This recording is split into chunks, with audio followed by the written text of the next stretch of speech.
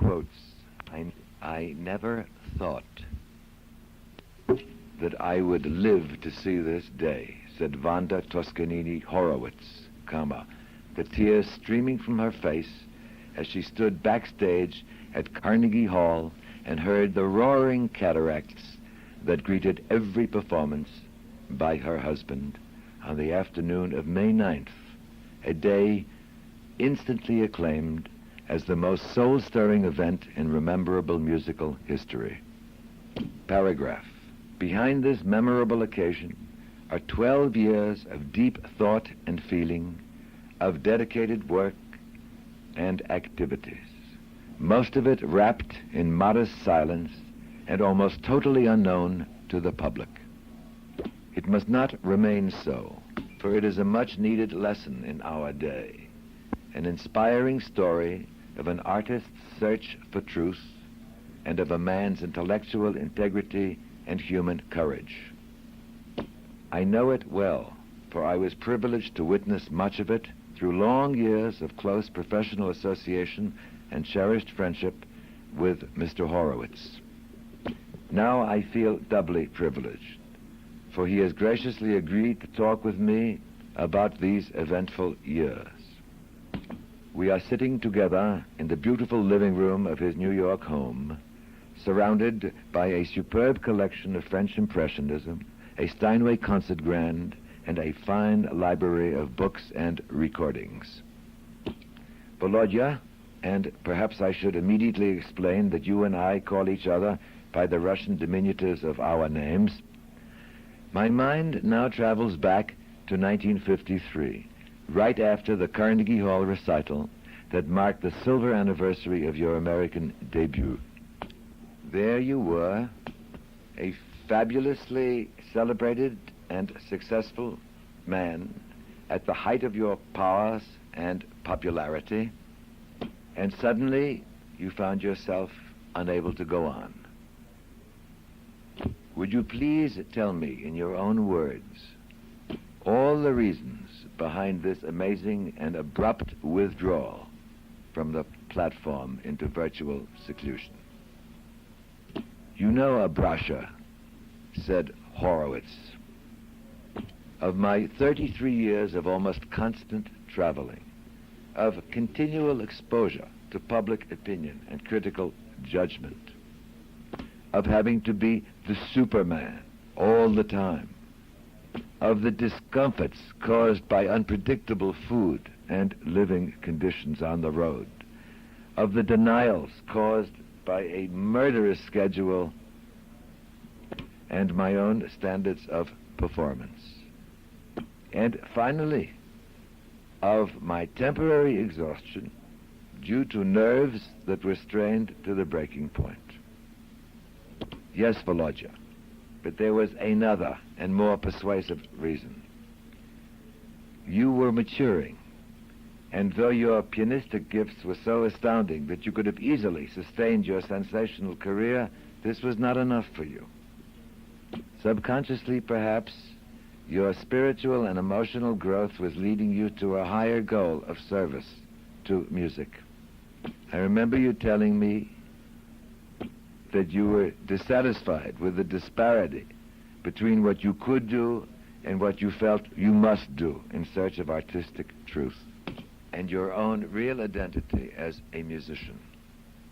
You know, in order to answer that, I must go much further back, said Horowitz, actually to my childhood and my formative years. Actually, I began in a musicianly direction that was somewhat altered by the demands of the years of concertizing, starting around 1921. You know, an artist who is constantly before the public becomes an extrovert without even knowing it. He is always giving out instead of taking in.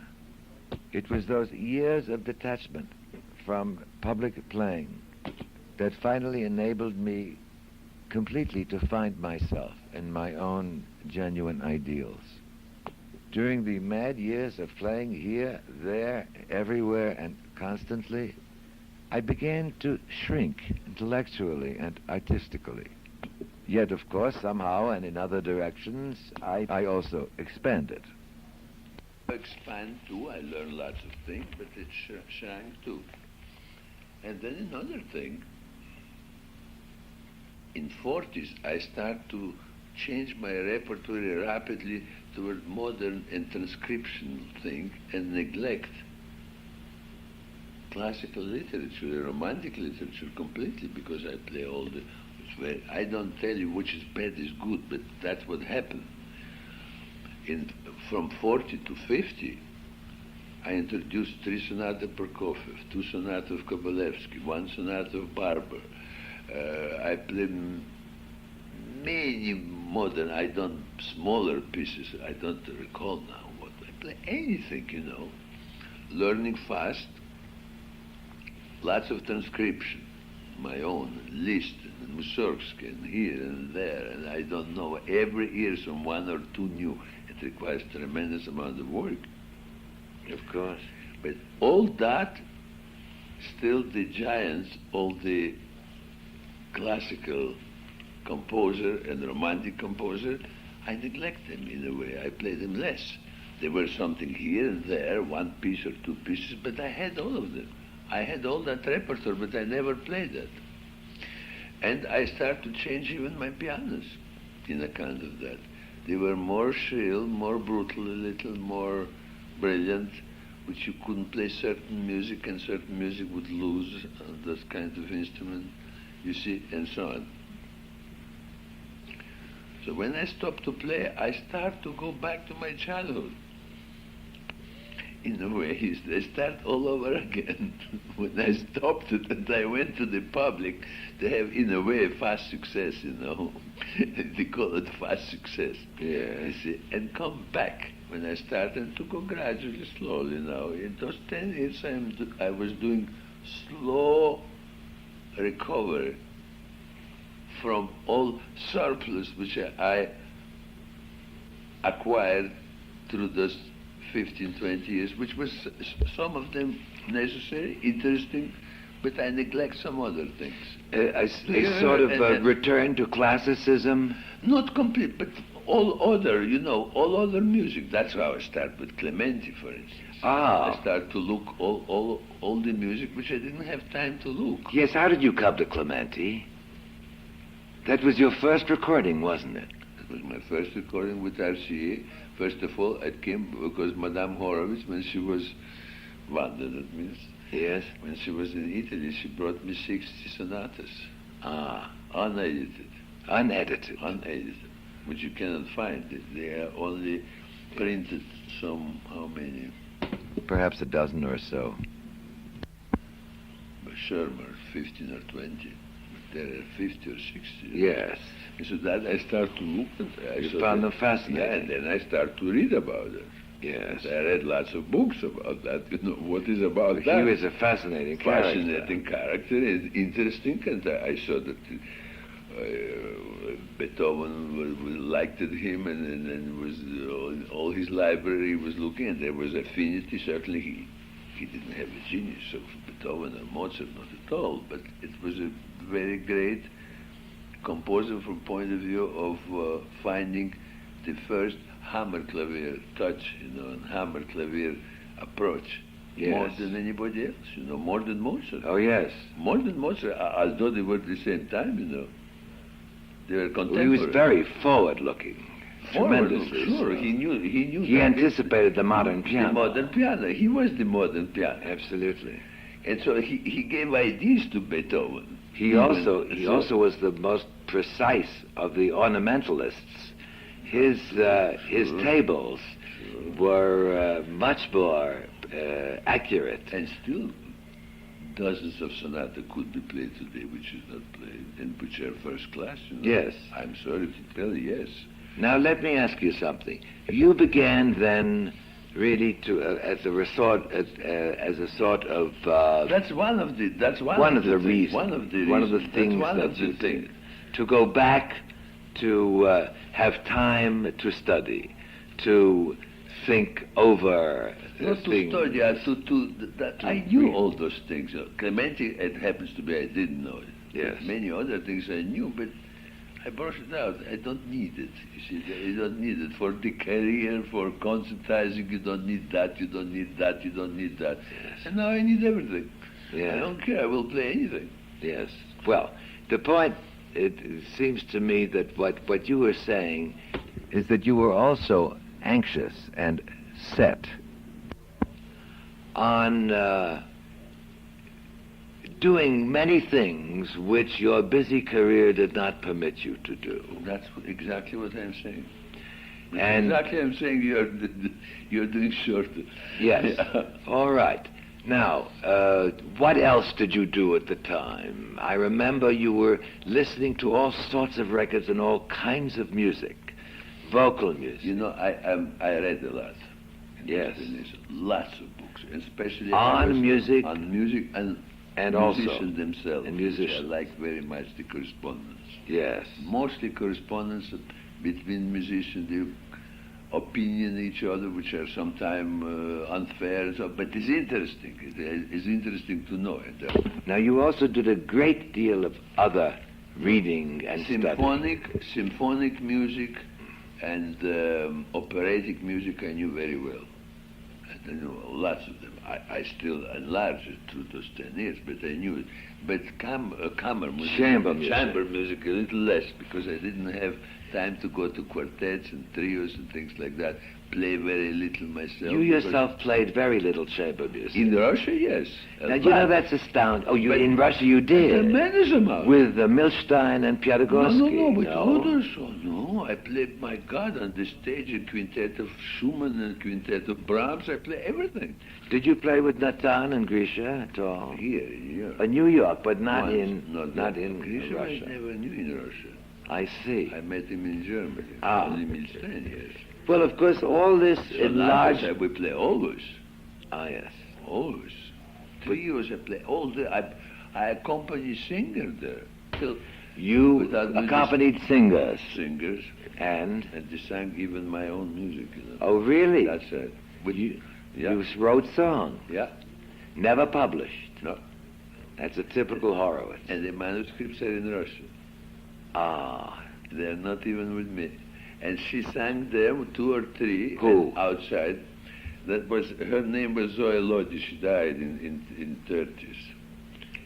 And you know, I receive a book from Soviet Russia now, written by my former manager, Mr. Kogan, and he has a recollection of this concert, and he described this concert, which I forgot. He described them, you know, through that I knew it about that. yes, you told It's very me. interesting. You told me that you used to accompany these recitals without any music whatsoever. Schubert and Schumann cycle, I play without music. Well, that's wonderful. Sure. That's not known about you at all. No, but there is written. Now, you know, Volodya, the world has a picture of your career as a constant success from the very first and earliest moment of your appearance. And it always reminds me of something that Paderewski once told me. He said, the public forgets, but I never have, he said, the long climb, the years of slavery, which yielded only a lot of experience, but very small audiences, very little response, and sometimes, not alone little money, but no money. And you had that experience, too, for quite a little while. Very little. Very little. I was spoiled. In that respect, I was spoiled, because it was very little, and maybe 2-3 years in all my career, which I was a little bit tight. Well, I would say, consider it's very little. It's nothing. in a way it's very little, and yet in a way it's a lot because of your tremendous fame that nobody could ever dream of a time. Because I came from Russia already with money and with fame, you see, and I start my career in Europe with money which I earned from concert. Nobody gave it to me. It's from my own money, you see.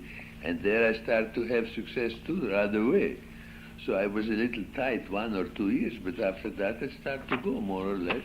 It was all right, comfortable. And then I came to America 28, and there it was completely good. Yes, I would say so. You see, no, in Europe too. It started in Germany, the whole business with me, you know. Yes, I know that very well.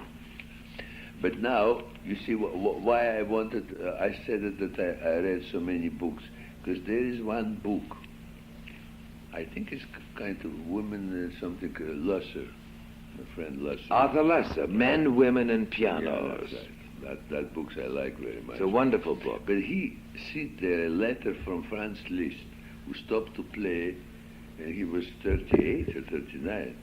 And they asked him 8 years later, somebody asked him, why don't you play anymore? You know, you are possessed.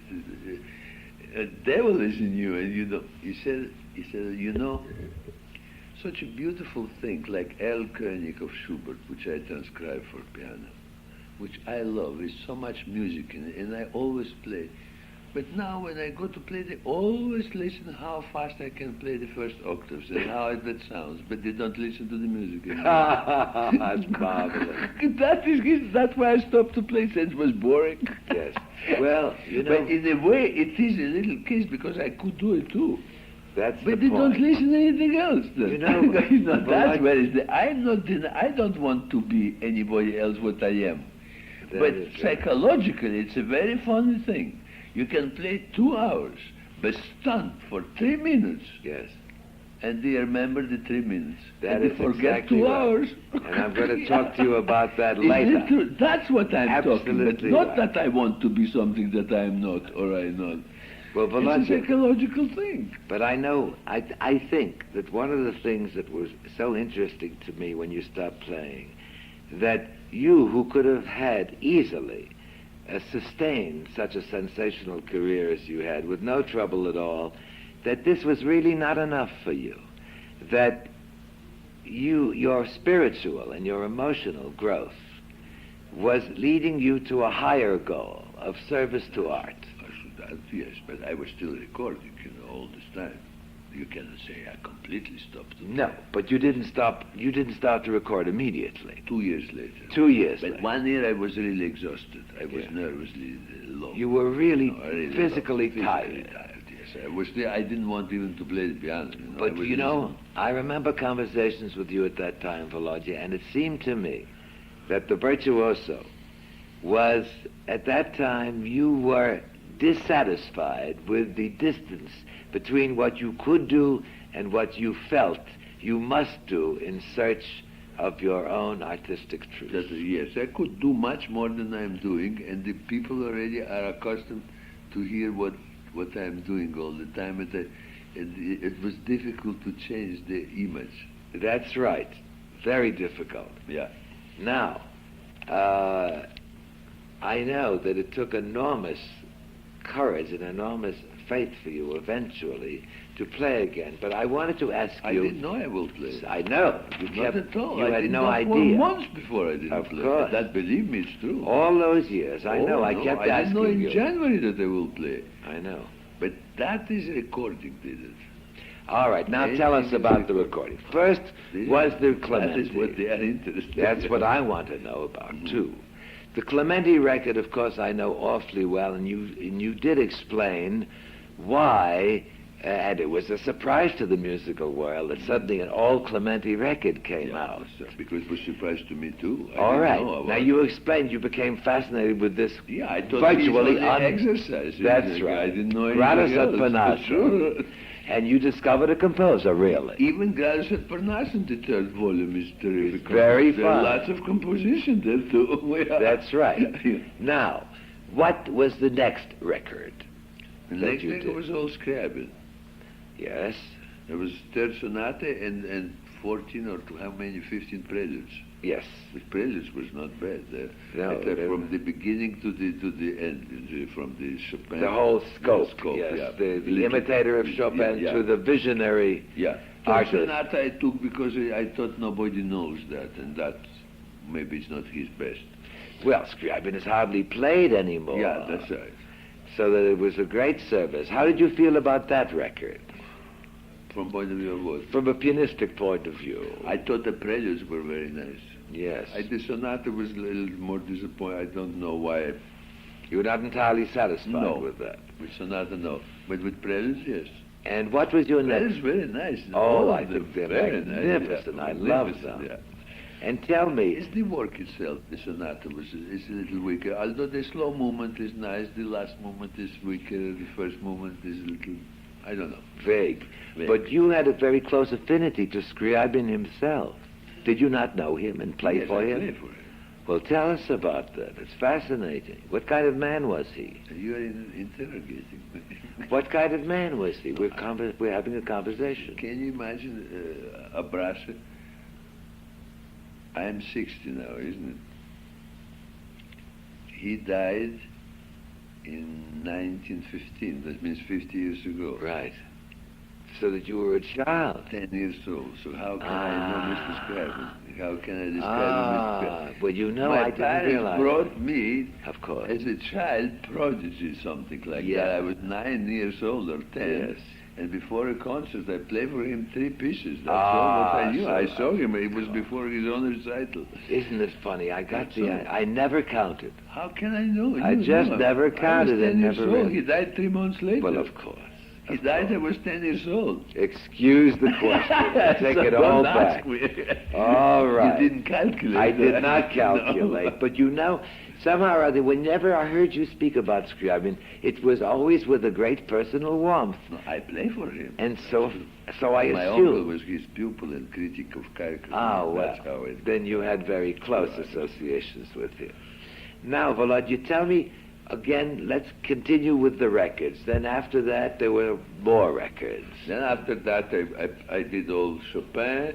After that, it was all Beethoven something, and then I don't remember RCA. I was with RCA. Yeah. Now, did you feel, as the records were going on, that you were beginning to attain more and more the artistic ideals which you would naturally, as the kind of artist you are, really reflecting and thinking No, and in the growing? beginning, I was glad that there are no public there, that I could play, that nobody disturbed me. I can play as I feel and nothing, in the first few years. Yes. You never gloried in that part of your career, did you? Not very much. But then after I don't like this to talk, but after I changed with Columbia, it's Yes. true. That starts something. First of all, unfortunately, the RCA didn't have a studio in New York. And I was living there. The first 2 records I did in this room. Well, of course, in this very room, you recorded the Clementi and the Scriabin, and on that very piano over there. No, there was another. But Oh, did they I bring had to another be- piano yeah. in? And I Beethoven 2 sonatas I recorded here too. It was Waldstein Aha. and Moonlight. It was here too. Ah, right in your own home. All 3 records was done here. Now, you did not find that entirely satisfactory? No, it was not that, but not stereo at that time. Ah, yes, There was right. no stereo. at that Right. time. There was only monaural. Of course. See. So it was not satisfactory. But my house is big, it's large, it's all right, but it was not completely satisfactory. Something was lacking still. Yes. It's concert grand piano, but small room doesn't go Yes, completely hasn't together. the And over- microphone. Right. You see some three things which Yes, doesn't coordinate completely. Right. Does Of done. course. Then, Then I could. Then after that I started. As they don't have a studio, we decided let's go to Carnegie Hall. yes. Because they don't have, you go to, I don't know, Manhattan Center or Webster Hall, that's nothing, but let's go to Carnegie. And I record one record I did in Carnegie Hall. It was, I think, Upper Sonata. Yes. That was in Carnegie Hall. Yes. And something else. And suddenly the sound. It was something in 57. And this sound began to inspire you, I guess, sound towards the is- concert. That's yes. The whole It was more feeling interesting, yeah, more, of more the platform and that's of you probably envisioned audience. But it gave me depression too, a little bit. Depression. Depression. I said, no, I still don't want to play, and the recording doesn't capture the tone, and for public I don't want to play. So there's a little frustration there. Yes. Recording doesn't take a stride. For public I don't want to play. In the concert hall I go, it's still not the same. Yes. So I will not record. Of I course. didn't record for 3 years again. Yes. From 57, and still I changed the company. Yes. When I changed the company, Then it happens that they do have a studio, which is not bad. It's an old church, you see. Which, all right, they have all those little dry acoustic, but still it is very high ceiling. It's a nice studio. It's nice to play there. And I was going there and to play anything. Yes. I record 3 times more than the... Then you've issued. Oh, 3 times. I play all the music. I have there, I think, 2 sonatas of Beethoven, or the Nick flat, and this variation. I don't know what I didn't play there. I didn't accept it because I play like this. But I start to play. See, I start to play. Because I lost the music a little bit. I didn't play. You know, I never play for myself. I never play for anybody else. We play with friends. So like this, I start to record more and more music over there. Yes. And that started to give me, I even did some transcription. I did them in the 19 Rhapsody there, you know, for first record. You remember? Yes. And I work a little more, see. Practicing a little more. Practicing a little more. I wanted to do something. Now, during all these years, Volodya, when that you... was already 60.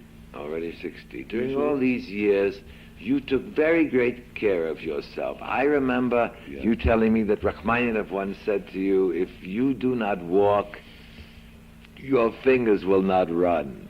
But I never missed one day walking, but only when it's too hot. You walk. I cannot walk too much, you know. What kind of exercise beside walking do you do? I used to do swimming a lot, but now I don't like to do it because you cannot do the swimming pool to go. It takes too much time. You know. It's time consuming. Where did you swim? In New York? I used to the pool? Go to that... 92nd Street? Yeah. Ah, yes. Used to go. Yes, but now But walking is enough. Walking is a great exercise. 25, 30 blocks, but every day. Did you not used to walk around the reservoir in the park? No. But you know, walking is the same thing with practicing. Because so many pianists and so many artists, they practice 5, 6 hours per day. Then they go on tour sometime and they lose 3, 4 days. And they say, oh my God, I didn't practice, and they go to practice. But what I'm doing, I was practice every day, 1 hour, 1.5 hours, but I never missed one. Yes, that's important. Never missed one. Consistent, just like you go to sleep, like you brush your teeth, yes. Like you eat your dinner. But every day, 1 hour, I never missed one. But not 5 hours today and 3 days nothing. Yes. But 1 hour every day. That was even true when you went on vacation, I remember, in the summer. Always. I never worked more before recital. Maybe you heard it, but I didn't. You did not? No. I never went more than 1 hour and a half. So that when I played in Carnegie Hall, I did my program, you know. Yes. For myself. Yes. But it was too long for me. And in the end, I said it to Connie, you know, I was tired in the end. I couldn't finish. So she said that you didn't have intermission. You know? Yes, but you know, Volodya, the difference between you practicing 1.5 hours and a young person who has not your musical experience and thought and approach It's true too. is quite a different thing. Yes, I well correct. remember in the days when Hoffman used to sit in the railroad train with me, and occasionally I would talk to him, and he would put up his hand and say, excuse me, I am practicing. Yeah, mentally. Yeah, sure. And I'm sure you did a lot of that. That's true, yeah. Did you I not? practice in bed, sometimes I look it up, sure. Yeah. Yeah, but that's for memory more, but still you need calisthenics. Now, Volodya, what interests me now very much is your feeling about going back to the public and back to the platform. Because before, when I said to you, you never... You know. You don't feel it? No. The public didn't make you feel that? No, I don't feel that I'm back to the public yet. Ah, come on. No, I still didn't find myself the complete control. I will find it if I will play a few recitals more, definitely. I promise you, I know that. I always tell the truth. I know if I will play more, I will have complete control. But you had fantastic control. You didn't have as much as you wanted, perhaps, but you know... I can't have much more. Oh, look. All this false note and everything will disappear But later. my dear friend, do you know that I do not know any artist before the public who could have faced the emotionalism and the tension that you faced on that platform and been able to play one note, not alone the way you played. So you're much too hard on yourself, really. It's unbelievable. I wanted to talk to you about that, because to me it's a very significant thing. Yeah, that's the age does it already. Well, look, here you are. You finally make the decision to go back. And what was that decision? Is there any one thing which did it? I know that your sweet and understanding wife did not push you back to the platform. She kept very quiet about it. Nobody pushed me. Nobody. Now, what made you finally feel that recording wasn't enough for you?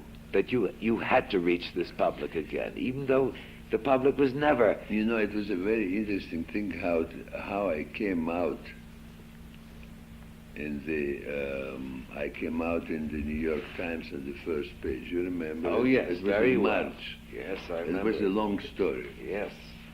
I can be a little bit short and tell you how it came out. You see, I was playing. I went in January once or twice to see how I sound, and I said it to Columbia. Why don't you record once in Carnegie Hall? Let's see how I sound there. Maybe it's more interesting. Maybe the tape will be better. Maybe it will sound, I will change the piano. Maybe we'll see. It's still the studio dry sound will disappear, which cover sound a little. It's cover sound. Yes. Synthetic a little bit. Maybe it will disappear, it will be not synthetic. And so I went in January twice or three times. January of this year. Yes, in January I started. 1965. Yes, and I play for half hour, 45 minutes like this, anything. Yeah. Without thinking of recital, nothing. It's just for recording. But in the meantime, Vladimir, through the years, you did play for friends here in your house quite a few times, didn't you? Informally. Well, I remember evenings when you played. You tried things out and discussed them. Yeah, I played some of my fine motionless agents. But not actually sit down and play from beginning to end. By heart, nothing. No, nothing. By heart, when my memory started to weaken, because I never played by heart for years. When you record, you don't need to play by heart. That's right. I start to memory start to weaken, because after all, memory is a practicing business too. And I thought maybe I'm getting older now, but it's not true, because the memory is very good, but I'm not practicing memory. Sure, I know if I come back, I will even remember. I can restore even Prokofiev and Barber even if I want. Of course. But I cannot do it now yet. Not yet. Not yet, no. But I have a last thing to do. Yes. Still. All right, so you were... So I went there, and suddenly, in some time in end of February, beginning of March, in Sunday Herald Tribune, it went the article, very nice, very sympathetic, but misinformed, because the news, they are interested about what Mr. Horowitz is doing. In New York, his musically speaking is like a provincial small town. Everybody knows what Brody is doing. So suddenly it was a kind of a very nice, but it was Mr. Horowitz is giving secret recital at night. It was written in Sunday article by Mr. One of the critics. Yeah. Secret recital and playing only Beethoven. I don't know, and something else which was not correct completely, but it was half true, let's put it this way. Yeah. So I was a little bit, shocked. I said, oh my God, I don't give a secret recital. I want to do for recording, things like that. So the next day, they called me from New York Times. And they said, what is that matter, but why you did tell Herald Tribune that you play, you didn't tell us? I said, I didn't tell her anything, Herald Tribune. No, you did tell Herald Tribune, because the print, I said, did it print it? I don't know from where they got this information. So finally I said, all right, I'm playing tomorrow in Carnegie Hall for half an hour. Come with a photograph. Yeah. I said, I'll give you an interview and you will see what I'm doing there with your eye that I'm telling you the truth. I never do anything which is not true. So he's coming, a young man there. I don't want to say the name now. It's all there. And he's listening. And taking, after it, they took a photograph of mine. Said, do you intend to go back to the stage? I said, I don't know. Maybe one day, maybe now, or in autumn, in next year, I don't know. And after that, after I played there 1 hour, and played my pieces which I wanted to record, but at that time I started to think maybe to give a recital. That started because I find the piano, and I start to find a beautiful acoustic was, something I was lacking so long time at home. Yes, so long time. the concert hall sound. And suddenly, that young man who is a musician, he comes in the artist room. He never heard me in his life, but they review my records. And he comes in there and he said, "Mr. Horowitz, this recording doesn't do you justice. You play completely different. You're like a different pianist." And that did it. He doesn't know himself. I told him later. Really? Yeah, because he couldn't hear me. He's in the early 30s. So it means I don't play 12 years. He was 16. He heard me when he was 15 years old. So he heard only a record. And he goes by the record. That's the young generation. The young generation doesn't know me. There is a musician who is reviewing my record. They loved him. And the review always very, very complimentary. But suddenly he tells me you play completely differently. So then I start to believe it. I should play that. Fascinating. Because he will not tell me if it's not like that. That was sincere. Yes. He doesn't have anything to gain with that. Not, absolutely nothing. That's right. But completely with bewildering faces. He says, Mr. Horowitz, this record doesn't do you justice. You're completely different. That I start to think to play. And the next day I was already in the Times and the cover page. That did it a little bit because I felt that I have to do something, Yes. Yes, you were on the spot. I didn't know that they will put me there. Now, Bologna, before we go to the New York recital, I want to say I want to ask you something. One of the things you did, which I think was so wonderful of you, and I think also contributed to your own satisfaction greatly, was your helping so many young artists during this period when you had the time. All the time they were coming to me. I love young people, more than anything else. I know, and they came and played for you. If they want to be helped. If they There's want. so many people comes here, but they don't want to be They helped. want to be praised, not You want to be helped. praised or to exploit because you have name how they can have advantage for the manager or for things, but... Well, that is one of the not really reasons good. why, as you know, there are many young people around who say that they have been, quotes, pupils of Horowitz. That's his whole thing, because it's advantage. So And I stopped to give lessons. You stopped that. Only on account of that. If But- I would be in the school, probably I could do it, but not private. But you did have a few specific pupils. Yeah.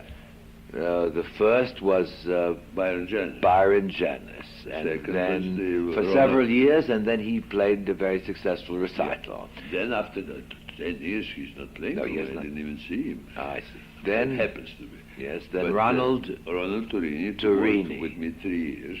worked 3 years with diligently, you. yes, and I Yeah. think I had the influence on him, and I brought him Yes. to the stage here in Carnegie. Yes, and then As Gary an Groffman played very often for Very you. often for me. One period, not now. No, of course. It's in the 54, just after I stopped to play, 55, Yes. 56, like that. In the middle 50s. Yeah. But those are the really Byron and Turini are the only ones you would call your pupils. Pupils, yeah. And Gary came Already ex-pupils. ex-pupils. of Ex-pupils course. already now, but pupils. And And Gary Gary came got for guidance and Guidance, help. which And, he did have that time. Yes. Doesn't need now. But that time he did have it. but those are specifically your pupils. Yeah, but no more, no anymore. And not anymore, Not of course, considered not for no a more, long not time. any other. But none of the others. No. If somebody claims it's not true. It is not so. No. All right. Some of them, of course, might have played for you over a period of time. I had people who played me for 4 months once a week. But you do not consider them pupils.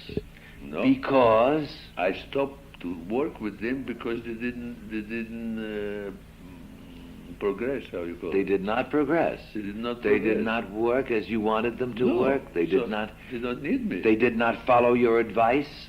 They didn't follow, or they couldn't follow, or they didn't want it. That I never know. That's One or indeed the other. psychological. And then you dropped it. And I dropped them because Yeah. they don't need You it. felt If it it's was something, you helpless. see, if I'm there to construct reason. Yes. How you call it? Constructive reason. Constructive reason, I'm there. Yes. But I'm not doing that for bucks, 20 bucks or 15 bucks or 30 bucks completely, you know. Yes. It's only to help, really. Of course, you But did if not. it's not constructive reason, then I don't need it. Exactly. So I drop them, that means they are not my pupils. Right. Well, I'm awfully glad we cleared that up because, as you know, people talk. So let them talk. It's a free country. Right. Now. Isn't it true? Yes. Everybody talks. It's a free country. You have gossip column, what they can't pronounce there. Now. Listen, can you stop for a moment? Yes, of course. Volodya, you know, during this period also, these 12 years, I heard many charming things that I think ought to be brought out. You have somewhat a formidable reputation of being an unapproachable and an antisocial person. Now, I am privileged to know different. But it seems to me that you are one of the most social people I know, and it is merely that you are more interested in people who do things and who don't seek your friendship for prestige or gain, but who are genuinely interested in you. And not for bow. No, but That's the only. That is not too good too, you know. I know that. To stay in the middle of the room and have 100 people who kiss your hand, you know, that's good for a half hour, but all the time it's a bore. It's a bore. Sure. But now tell me about some of the people you met. I know that when you were walking in the park, there was that interesting policeman who was so musically crazy. And many were like You once told me about him. What was he, a pianist or what? He was. He bought a piano for $2,600, and he plays the piano. And he stopped me each time he's at the horse here. Oh, he's a mounted policeman. Yeah. And He stopped me. The whole mounted police stopped with him, you know. And he saw you. Yes, we stopped and we talked with him many times. Where was this? In the park? Here in the park, yeah. And what did he say? And I had another one, the little one, short one. You remember the Irish? He was stopping me too, always. Were they piano fans? No, that was not piano fan. He just liked it. He said, Oh, he just liked it? Yes. Oh, he didn't even know who you were? No. That's very funny. No. But the other one was a real piano fan. Mm-hmm. He had your records. No, the other one knew who I am. Yes, I know. He was in chorus, the other police. Oh, he was in the chorus. Chorus. And he bought his own piano. But that was the second one. Oh, that was the second one. But anyhow, I have friends among them, among barbers or your postman, I hear, is your postman friend, and the news dealer who was very concerned about your concert. And before you were playing, the men, you know, before my concert, everybody wanted to give me some encouragement. Yeah. To tell something. How So nice. my barber came here just 4 days before, said, Mr. Horowitz, you are in a position.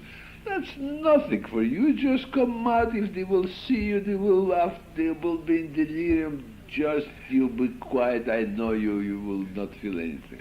So I said, thank you, Mr. Crackle. It's fine. So he started to cut my hair in 5 minutes. It's the true story. yes. In 10 minutes said, but you know, I have a very good idea. Tell Madame Horowitz she should bring with her smelling salts. Smelling salts. Oh, that's marvelous. That is really great for you. Yeah, for me. Not for herself. No, for me. That's wonderful. Then another was the little newsman. Newsman. He said, Mr. Horowitz, I know you are playing in 3 days, your recital, but you have to know, the public here, merciless. They are terrible. You have to give them the best and the over best, or they tear you to pieces like nobody else. You don't know New York what it is. That was the opposite. That was the he Yes. said.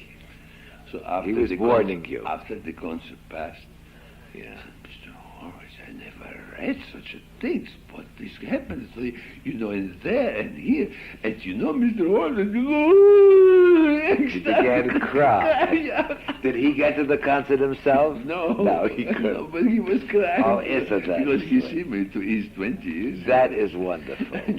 Now, Volodya, Those are my friends, you see. those are your friends. Now, I must tell you, from my own point of view, finally comes the great moment and the recital, and there we are in this hall. I must tell you that I have never felt such tension in an audience in my life.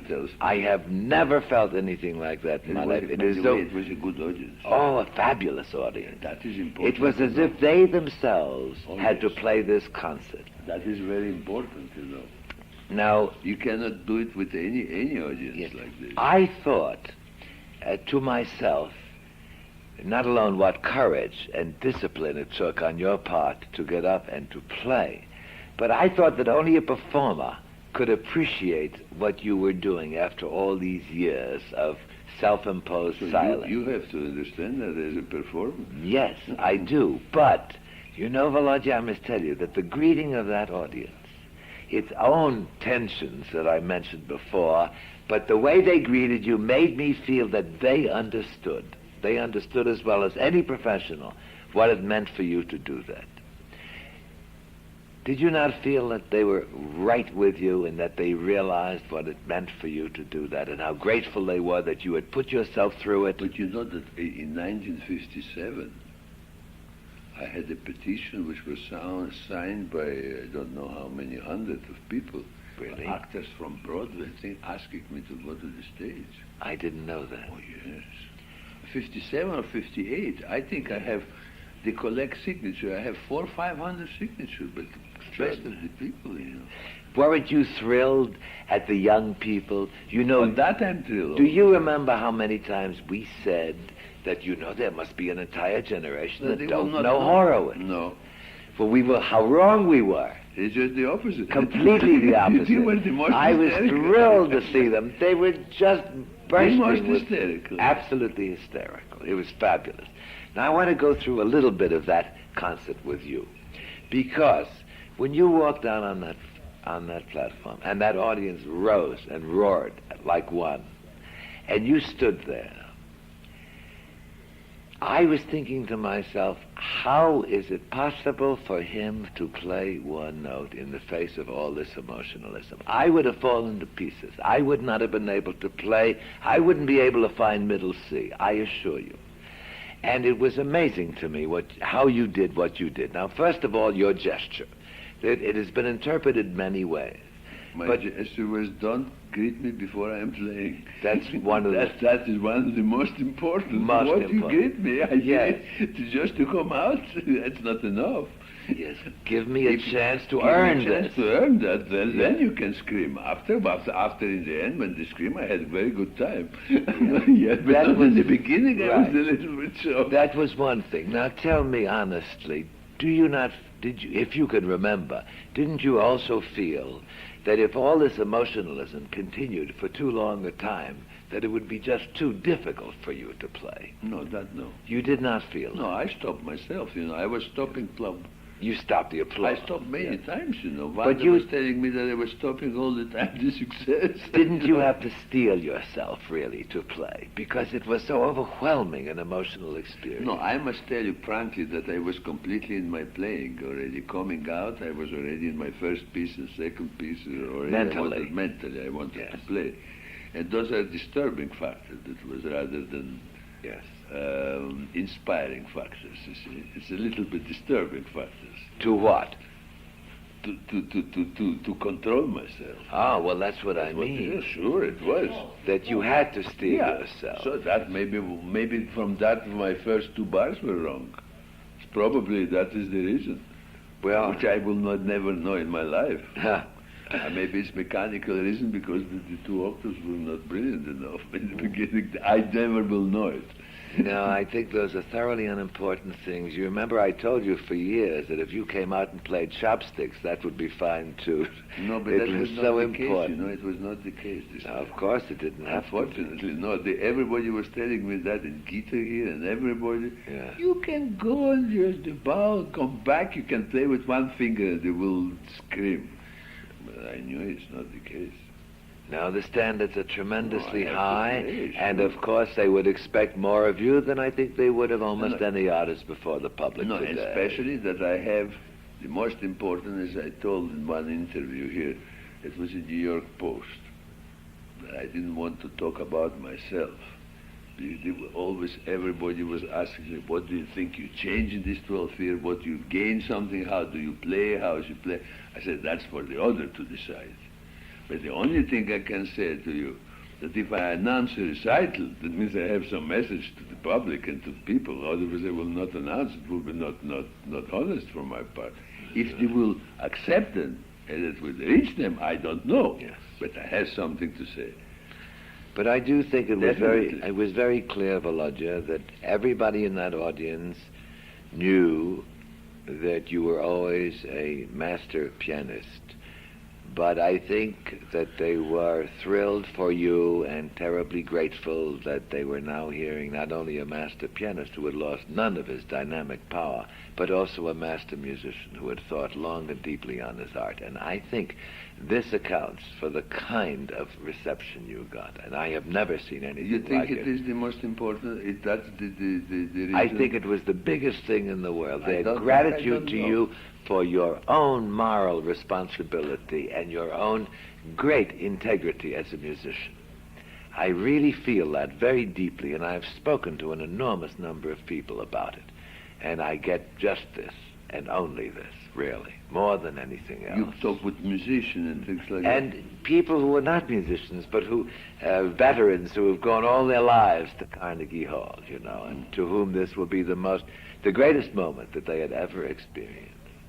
One man said to me, not a musician at all, a lawyer, who said, I wish I could bequeath this to my children. He has very young children who could not go to hear you. And for that reason, I will have that record, by the way. Of course. Now, This record will come out. let's hear about the record. The record was taken there, and you are going to release it absolutely without one alteration. This Sunday you will read about it. Because it is by a the way. document. It's a document. I didn't alter it. There are lots of mistakes there. Well, who cares about mistakes? Yeah, but we know that we don't have them anymore. That's right. Records have mistakes now. No, I know about no that. records, even not popular. Yes, well, We don't have mistakes. We don't know what it is. that's right. We don't have to have, but You don't have to have, because it's just like you do here, you do with it anything. yes, that's You're doing the now. reason. You don't like my word, and you erase and you change it. That's right. Well, the point being that I think it's all the more wonderful that you want it just as it was, and I think the people who were there will be terribly appreciative of that. But if I will play more, I don't know, musicianship will remain the same, but control of the keyboard will be better. Because that is a practice and experience now I need, sure. I didn't have still completely control of the keyboard, which I will have if I will play a few times more. Yes, but I need it. But I wish. Even in the end of the recital was much better. And the more it progressed, the better, because I was used to it. But I think it would be more humane of you if you would play a few wrong notes. Otherwise, everybody's going to commit suicide. No, they will be, but it was a few too many. Do you remember what Bernard Shaw said to Yasha Heifetz when he went backstage? He said, Mr. Heifetz, will you do me one favor? Just for kindness to other artists, would you, before you go to bed, play 3 wrong notes? Yeah. And that's how I feel about you. No, so all right, 3 I will do, Three. but 23 is too much. They were 20. Now, Volodya, I want to talk to you about They were 20 too much. There will be 3 always, all right? right. But 20. Thank you very much. That will disappear. Now, let's talk about the program, because this was an extraordinary program for A you. little bit difficult for public, Yes, definitely a musician's program. I must tell you something. I was telling to Devana, they are pieces of music which in general already are so written by the composer, even by geniuses. They are already the blame interpreter in advance. They are not bringing everything out because it's composer's fault, it's not interpreter. There are pieces like that, and the other pieces opposite. They are so written that even you play bad, something comes out. Yes, because they are inherently important. As significant. for instance, pieces like Fantasy of Schumann, anything you do, you could be criticized because it's written terribly badly. It's very difficult. First of all, it's by itself is rhapsodically written already. Architecturally. Architecture. It's supposed to be architecture, but it's written all like this, all the time rhapsodic. You know, and you have to put it together. You put it together all right. I try to do it, but the more you put together, then it's an expensive little of romanticism then. Sometimes. But if you do it too much romantic, then it becomes too rhapsodic. You think you do it wrong. It's a great problem, but it's a great... That is a great problem, but I took it, yeah. I think, by the way, the last movement was good. Oh, the whole thing was magnificent. I thought it was the most outstanding performance of the afternoon among fantastic performances. Now people can listen anything, anyhow, but... Volodya, apropos of what you said so truly before about the 3 minutes that people will remember when you play an entire recital sometimes of great music, but they'll remember the flashy moment. Do you remember that fantastic reaction to the Moskovsky encore that you played? That was terrific. And unbelievable. Even Etude of Chopin, too. Yes. But all the Moskovsky, because you yourself had such a fabulously wonderful time with it, obviously. Yeah, sure. You had a great time. Now, it went will that good. Oh, it went fantastically. Yeah. Tell me, will that influence you in your future programs in this way, that there are some things that you can do that are so absolutely unique that nobody can approach them? And I think the public will be looking forward to hearing you playing, for instance, works like some of your transcriptions, and I hope you're going to do them. Some of them is encore, never in the program. Never in the program. Never in the program. But I never played them before, too, in the program. Yes. Now, what about, for instance... I will not play the only thing which I a little cool off. I must confess this, in those years, that's the only music a little bit is the music of Liszt. Of Liszt. That's a fine statement coming from the greatest Liszt player of our time. I don't know. Sonata will still play. You make me a liar. I called you the greatest Liszt player in the world. Some of the pieces I will play of Liszt. Some of them. But altogether, I play very little Liszt. I know, but you play the greatest work of Liszt, and you play it better than anybody ever played it. You know, I have now few work. You know that I like very much work which I saw, but there has to the technique must be changed. But the music is good. This Valet d'Obermann. I don't know it. You know, it's a good piece. I don't know it. It's a good list. But please don't forget the B minor sonata. No. But you have to change the technique. It's a little bit old-fashioned technique with this one business. Let me ask you about the transcriptions. I think the one that you probably would not want to play again because it was written for a special occasion was in the wartime was the Sousa Stars and Stripes. Patriotic reason. Yes, you wrote it entirely. It was the wartime, wasn't it? I played Central Park with LaGuardia speaking after war finished in '45. And I did this transcription for that occasion. Not really. 2 million people listened that through this loudspeaker. And after that, they started to scream me in the concert hall. And I played for 6 years. Oh, I remember that. That's how it went. But I did it for ending of the war. I see. It was quite a feeling. Yeah, in 1945, you forget that. Oh, no, I don't forget and that. I love this march, by the way. It's a beautiful music. It's a wonderful march. If you play in classical way, not like the band playing, you know. It's just a nice music. All right. But that you will not play. No. But the common fantasy, I hope you will. If it will be at war tomorrow, I will restore it. It's better not to play it. And not to be at war. In the fall, of course, everybody is looking forward to your playing many recitals and in many places. I don't know if I will play. Maybe I will never play again. I don't know. You can't say that. I don't know. But you know, what more would you want from a recital than you got from this one, from the assurance of the public and of your own? The next recital will be anticlimax. I shouldn't play anymore. No, I think it will be even greater if that is possible. Greater, no, but I will feel better. You will feel better. I am certain that you will feel play. Better, definitely. And are you planning at all to play in various cities throughout the United States? Yeah, you know, I must tell you, from point of view of programs, there is a little secret which you don't know yourself about me. No, you don't know because I never play. As I told you in the beginning, that I enlarge my piano Repertory. pieces in a very modern pieces and flashy and grand manner in sound more than in music, you know. I neglect pieces of more fine thing because the piano would not respond me and I didn't play. When? During 40s, from 36 to 53. I played it in the beginning. For instance, specifically, Beethoven sonatas? Specifically, I was a specialist, which I hate this word, and I was never specialist in anything I don't want to be. Thank God. You remember my No. definition of a specialist? It's No. a man who does everything else worse.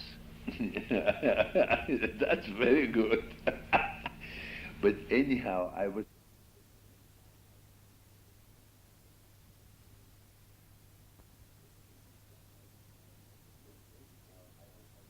But anyhow, I was playing the mostly and everything. I play impressionist. I start my whole career with it. That's why you like my scribbling so much. Yes. So Debussy, Ravel, Poulenc, and Fauré, and all this. I was playing like the whole program I could play. Debussy and Ravel. Oh, sure. Yes. But I neglect that. I didn't play at all. Very little. Of what? Of Debussy and Ravel, very little Okay. in it. 40s. You don't know me from that side. But now I will open it from that side again back, because I used to play it and I know it. I will play a terrific amount of Debussy now.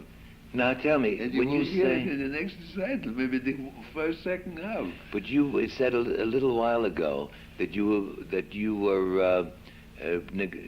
had played less and less of the classic repertory during the 40s. No, but I start, in the end of my years, I start to play more a little bit. You can see already Schubert sonata and Beethoven sonatas more. You could see my more recording.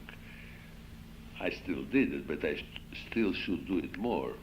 I neglect lots of pieces of music still, but I still play it. You have a tremendous repertory which you have never played in public. No, but impressionistic music I play less.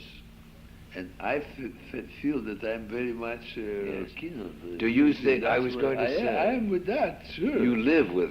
I was 15 years Picasso in Paris and Monet and I Manet. believe I raised Degas. on impressionism. Yes. Absolutely. And you feel that perhaps it is the painting which might have led you, your collection? When I came to Paris and I played in the little salon of Madame de Post, it was in 1927. There was, I remember like today, there were 40 people in a little room. Salon.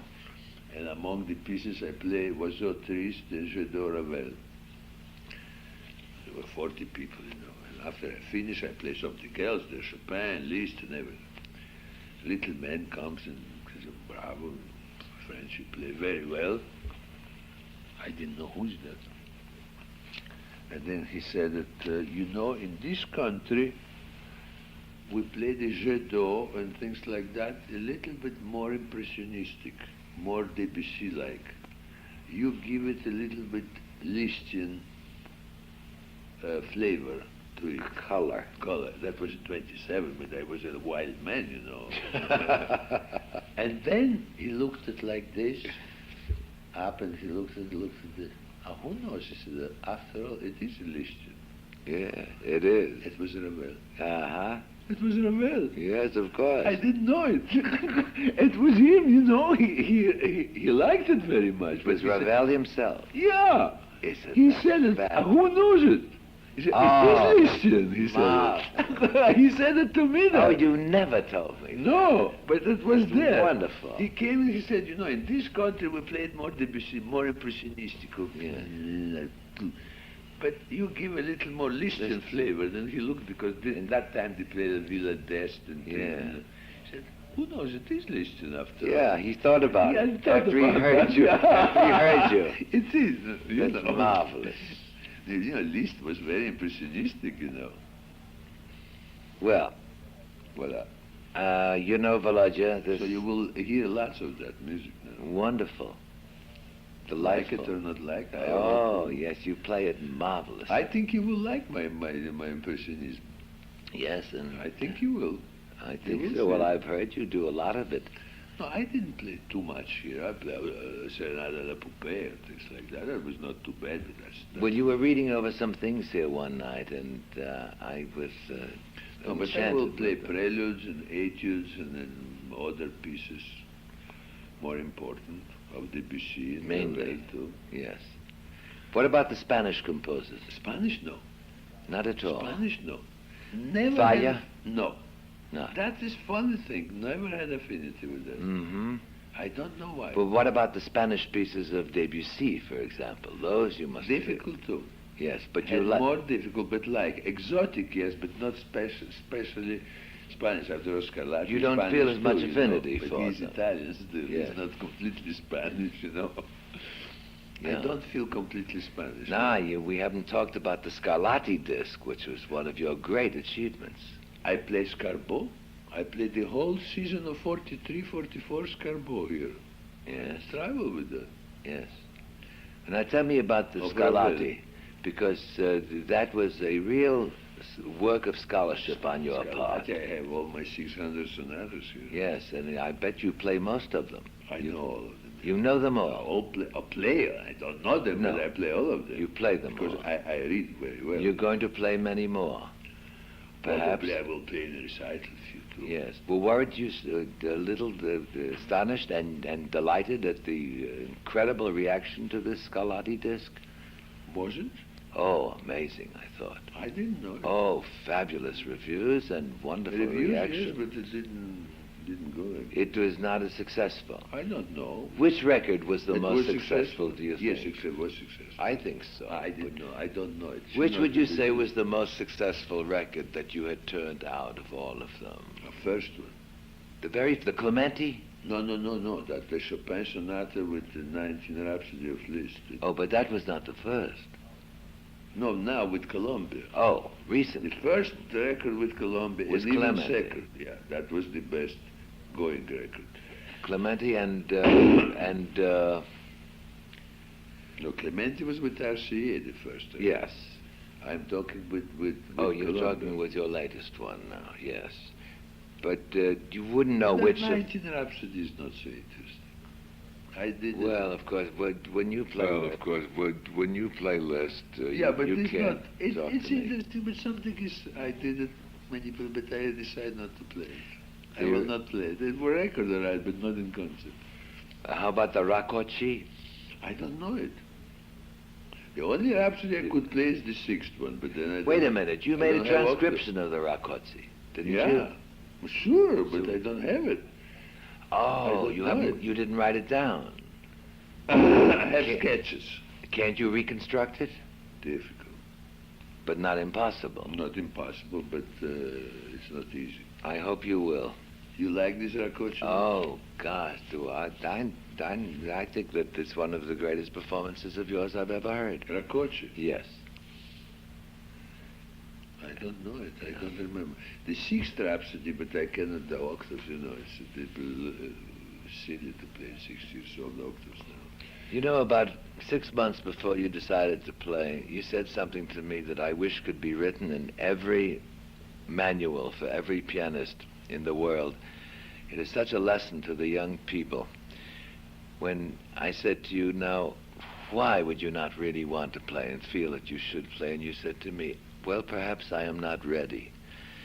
And you know, Volodya, having heard all these young people in recordings as well as in contests of which I have been judge, they have played pieces that they don't know more than 3 weeks or a month or 5 or 6 weeks, and they have no hesitation in going on and playing them Yeah, and but falling they have no apart. responsibility at all. Well, of course they have, and that's what I'm They're talking just going about. to play. If it goes, it goes. It doesn't go, it doesn't go.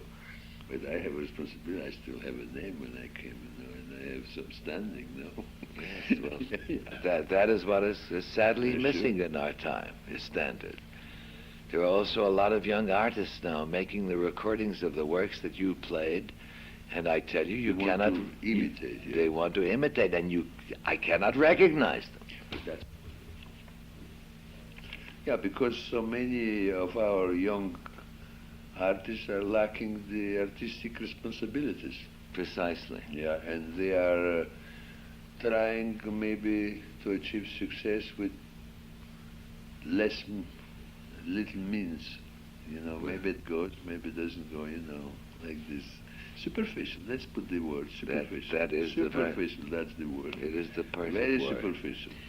Volodya, this delightful conversation with you will come out very appropriately for the October 1st issue of High Fidelity Musical Magazine. Now, for that, the reason I say it's appropriate is that this is the date of your birthday. Yeah. So I it cannot gives count me anymore on it. Don't make me count. Oh, we don't have to count, but we will But remember. you know what was wonderful? Yesterday I was sitting here in my bench. I have my Baruch bench, here. Oh, where Bonnie Baruch used to Yeah, sit? no, not remember, but they call it Baruch bench because I always sit in the same bench for years. And I the will park. not tell you where because there's nobody there. All right. But the other day, one man passed it. Everybody stopped me now on the street. It's very nice. That means I'm sarcastically very nice. I hate that. But one man stopped me.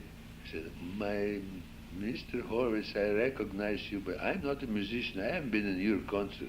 But I just wanted to tell you that certainly for your 50 years, you looked wonderful. That was the best compliment. That it is. For your 50 years, you look wonderful. All You right. know Well, so it gives me the opportunity now, being that this... so I will be 51. Oh, you'll be 51. Yeah. Maybe I played because I was 60. Anyway, the reason I say it's appropriate is that it gives me the opportunity of wishing you many happy returns of that day, and also on behalf of millions of music lovers throughout the world, I want to also wish you many happy returns of that unforgettable day of May 9th, a date that you and your art have made memorable to musical history. My dear Abrasha, I will think, after you talk about that May 9th so much, I have a feeling I should never play anymore. Because it is such a history making that anything I will do again will be on the anticlimax. Really, it's terrible. You know what was interesting to me? It's a horrible thing. No, it would be... Well, I will play, not in New York now, all somewhere else. It's all right. That's all right, but that reminds me of something else. When you were thinking of playing, I was wondering how many concerts you would be able to play before. That's the whole business. Because, I remember the old days when Rachmaninoff and Hoffman used to say to me they would not dare play a concert in New York unless they had tried it out from 12 to a dozen to 20 times. Let's tell the truth. I'm very friendly with Arthur Rubinstein. He's a great friend of mine. Yes. He came here. He told me, I'm in the age I cannot stop to play, because then I feel it. Of course. You see, I have colleagues, when they stop to play 5-6 months, they say they go back and they don't know whether they will do it or not. I know. And with the age is worse. And they play all the time. They don't like to stop even for 2 months too much, because, you see, and can you imagine what it is, 12 years? Can I imagine? Yeah, it's been 16 for me. I was in the empty hall. I played. I thought I know it, but it's not. With the public, it's different. This was actually, as you said to me, this was a rehearsal. This concert. Absolutely. And this was a dress rehearsal. That's why I'm telling you, 100% the next one will be better. For instance, you find 2 octaves were a little bit below. Yeah. It was a humid night, and so it was more below than it should be, in sound. Yes. It's not brilliant. Each time it was not in par with the basses. Basses were better in middle. So each time I will go, those 2 octaves will strike a false note because I struck too hard. yes. The note, and when they said, the notes tell you, no, don't strike me, I don't give you more tone. So you strike more and you strike in between. 2 notes, you take 2 notes instead of 1. Play in the cracks. Sure, that because it was not enough. Now I will put it up a little, those 2 octaves, and it will be November or December, will be... But you said something very true to me. I was thinking about it when you said that you could not play out of town, that you didn't want to play out of town because no matter where you played, it would have been just exactly as if you played in New York, because certainly every critic would have been sent there. They told me that. There is no place where you could have played It will be in all as preparation. No. But No with place. all paper and everything the same. And Rubinstein told me, you remember he sent me to Scandinavia once. He said, go to Scandinavia, it's not common, nobody will know you play. Or in Holland, for instance. That was his advice. Yeah. Now, after that, 2 years later, he said, if I will be you, I will start in New York still. You should go to New York. You must go to New Yeah. York. Well, Yeah, of no, course. I couldn't go. First, I thought to play Yale University. I was fixed at it. Yes. Because it's a good hall there. Yes. In Wellesley Hall. Wellesley Hall. But it would have been the same. And they will all come there, and I will not be as comfortable as here in Carnegie, all coming from my bed, you know. Exactly Yeah, right. sure. Yeah, that's your penalty. Now, the only thing which I change, it is a very funny thing, that is I told already twice, that I don't like to play in the evening. Oh, tell me about that. You're not a night flower at all, are you? No, now I don't like to play evening. I prefer to play afternoon. Well, your metabolism probably is best in the Yes. afternoon. Yes. Well, everybody has his own. First of all, there are many reasons. I have a feeling that the public is more relaxed too in big cities. Really? Yeah. Listen, what happens here in day life? All men comes at 7 o'clock. They come back from the offices with pushing the button, tension. They don't have a time to eat, to bite, to see their children. And they already, Madame said, let's see, you take a shower. We have to go. It starts in half an hour. And they go like this to the concert. Saturday and Sunday they are relaxed. Afternoon, they are much more relaxed than the evenings. Yes. Do you think in the Women afternoon- maybe not, but men definitely. Some women works too. Yes. Some doesn't. Well, some people have the feeling that the afternoon is not quite as glamorous or as gala as But that the I don't evening. want to make a concert glamorous. Less diamonds and less coiffure and less only better. That is something different. That they will not have it. I will play in afternoon.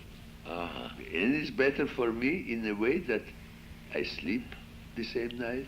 I'm not coming home at 12 o'clock at night with nerves wind up, and you don't sleep after that. You know, and you wait the whole day. The day is never finished. That's right. I always like to go to the Terminable. I like this 3:30 finish or 4 o'clock. Is what I do the whole evening. Is Well, you could pursue that to the nth degree. You could play in the morning, maybe.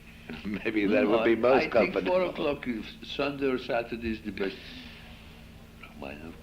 Rachmaninoff, Chrysler, and Hoffman always gave Hoffman afternoon too. recitals. Always Always afternoon. Saturday And Myra afternoon. has. Saturday or Sunday afternoon. Isn't it true? Saturday. Absolutely. Now that I think of it, Rachmaninoff, Chrysler, Always. and Hoffman always Always. played in the afternoon. Myra And has Myra too. Hess and Novaeus. Yeah. All afternoon concerts. That's quite right. So that means it's not me. Yes, you reminded me of that. Absolutely. Absolutely afternoon. right. Afternoon. That means the greatest artists play afternoon. No question about it. But not in the morning, in the evening, in the afternoon. late after. The latest possible. I would like to play at 4:30, not 3:30. Do you 4 not o'clock. do you not sleep well before concerts? Usually not, but before this one, yes, a little bit less. I've slept 5 hours instead of 6.5 or 7. But Yes. it's all right. It's not terrible. Do you need a lot of sleep? I need 6 to 7 hours. Oh, that's very little, really. It's I never marvelous. sleep more. Oh, that's great. Yeah, but I sleep during the day. A little bit. Uh-huh. Twice. Really? Yeah, Just a 15 little at a minutes, time. 20 minutes a nap. Before dinner, before lunch. Always nap before dinner, 15 minutes, always. Wanda said I snore each time. No. 20 minutes every day. I was very touched when But before concert, I will never sleep, you see. I was very touched when Scarlett Chapin told me, and I wanted to ask you about this, that backstage, when you faced that audience, he saw 2 tears roll down your eyes before. That's not true. He said that he That had was seen just perspiration. it was perspiration. All right. But he did say that Vanda went backstage after the first number, and that her eyes teared, and she said, I don't never know. thought I would live to see this day. But Do she you said remember? that. You did say that. But you know what I told that... Can I say that? It It's was a very wonderful nice... remark. You saw this New Yorker Lillian Rose? Unfortunately, I did not. It was a nice story. I'm going to see it. It was... In Talk of the Town. Yeah. When she said it, I told her the story. That was the true story. You know, before... You know, I arrived 3:25. I know, Perry. I heard And that you whole know- story. And you know that the rumor was I will not come? Oh, I know. Everybody was getting cat They fits. thought I will not come. I know. So I start 3:35. I wait 10 minutes. You know, it was warm, muggy afternoon. Oh, what a day. Unfortunately, it was not good. But I told her because that was a very funny. You know, those It was hot for pianists, all right. No, I don't think. No, not in that thing. No. I don't know. They were all with me, those pianists, this time. I say, it must was tell hot you, for yes. them, the way you played. No. This time they were with me. Oh, they were sure with you. Yes, they were not enemies. They were Oh, friends. they This were friends. Maybe after 2-3 concerts they will start to be, but the first, no. That I don't know. But the first they were, because they understood how difficult it is. Oh, yes. No, but you know, those ushers, they are music students or drama students. They were one very tall, 6'5", I don't know, you know, nice kid. And they're just before coming. And I had the ice Cold, you know, yes, very before, cold because fingers. I was nervous, you know. Yes. So just before going, no, this is the funny thing. I see him and he has big hands. I said, listen, take my hands and warm them up. You're a young man and warm my finger. He takes my hand, they're cooler than mine. Yes. I was so nervous. Yours were cool, but his were ice. Ice! Marvelous. He was nervous. He was nervous. I told that it was in New York. It is the truth. Yes, you know. that's what I mean, and so delightful. That They were all nervous. you see. Everybody was nervous. Yes. I never saw anything like that. The whole audience was put through the ringer, just no less than you. And you know, there are many people who change tickets. Some people heard first half, and then they have friends outside, yes. and they They came came after for the second intermission, half. Sure. Yeah. So I had more than 2,800 people. And by the way, how nicer not to have people on the stage. Oh, yes. Don't you think You so? prefer not to have No, people no. on the I stage. myself had that before, but I prefer not. Well, of course, everybody says about you that you would rather learn 5 pieces than go to one dinner party. I always tell them that it's not because you don't like people, but you prefer not to have them too close. No, but you see, first of all, it's not fair to the people who sits down, too. Where, on the stage? Sure. They see people there, you know, not completely sometimes aesthetical, too. Well, yes, They come to see the artists, not the people on the stage. Well, you feel more comfortable with your I stage think to the yourself, stage is not anyway. very beautiful. The studio is very deep there, but I think it's better without people. And I don't think I will put any people anymore. On the I think stage. you're right. No, and sounds better. Acoustically. And finally, Volodya, of these 12 years, have you adopted a new attitude, a new philosophy towards music and towards piano playing? And if so, what? I think I did. It's not a new philosophy, but, you know, we have always a gap between intention and realization. Always a gap. I had always good intention, but the realization was never here because something was telling me, don't do that, you know, realization was never, but now my attitude is, and my motto, as you know what it is, Motto, motto yes. will be, in simplicity is wisdom. That's all. More as much possible to be simple. For that reason, you have to play damn well the instrument to allow it to be simple, otherwise it will be boring. Well, you know, Volodya, the new Horowitz seems to me not only to have simplicity, but also a fine sense of humor. You know, I thought it was terribly funny when that reporter asked you, Mr. Horowitz, now that you'll be concertizing again, may we assume that you'll be playing in the great cities of your native country, Moscow and Leningrad? And you answered with a broad smile, perhaps, but first I must play Brooklyn. Yes, but you know, Barasha, I didn't mean only to be funny. This year, definitely, I will play only in United States. Well, Volodya, there could be no happier conclusion to this talk with you than my conviction that despite your modest qualms, you are now well launched on a career even more significant than ever before. So, Godspeed to that. Your fingers are speedy enough now. Not for me, Abrasha, but I thank you very much. This is the end of the Horowitz-Chasins tape. Thank you for transcribing it. Please ignore everything that follows on this tape.